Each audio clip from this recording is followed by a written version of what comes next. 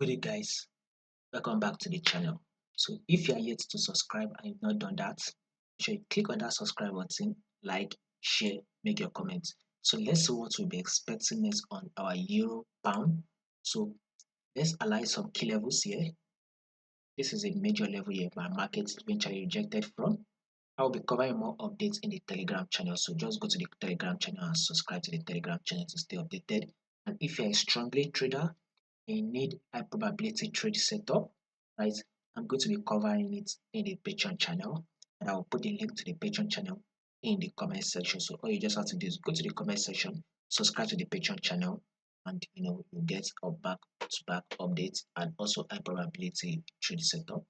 So this is a major level here the markets eventually rejected from, which is the support level. Market has given us a massive bullish move. The reason is that euro, give us that massive bullish move. You can sit on euro USD, you can sit on euro card, you can also sit on euro JPY.